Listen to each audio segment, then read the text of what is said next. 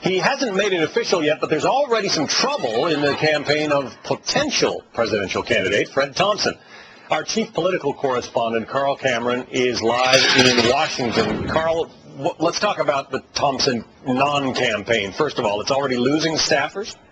Yeah, there have been a couple of people who departed in the last couple of days. The Thompson campaign really isn't even a campaign yet. It's still an testing the waters committee, and while they've signed on something in the neighborhood of about 30 people around the country, across the spectrum of the inside Thompson organization, there is a growing concern about chaos, a level of lack of focus and lack of discipline with Fred Thompson and the way that his campaign is being put together, that in essence, John, is being pointed to his wife. His wife, there you see her on the right part of your screen there to Mr. Thompson's left, Jerry Keene Thompson. She is effectively acting as the overall campaign manager here, even though they're trying to hire a campaign manager, and they've got a campaign manager out of Florida by the name of Randy Enright.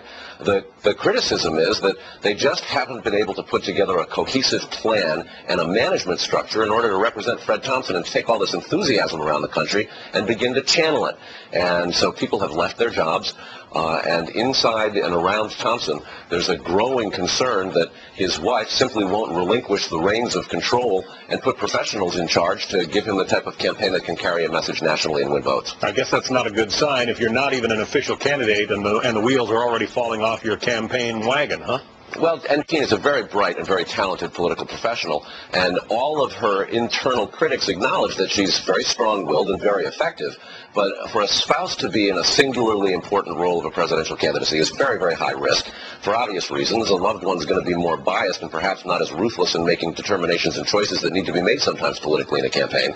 And it makes it very difficult for the pros, the people who do this around the, sort of around the clock and throughout the calendar year, to take over and run things. So it's a growing issue, and people close to Fred Thompson who really want to see him run for president are increasingly concerned that his wife really needs to give up the reins, and they're just not at all convinced that she has any inclination to do that.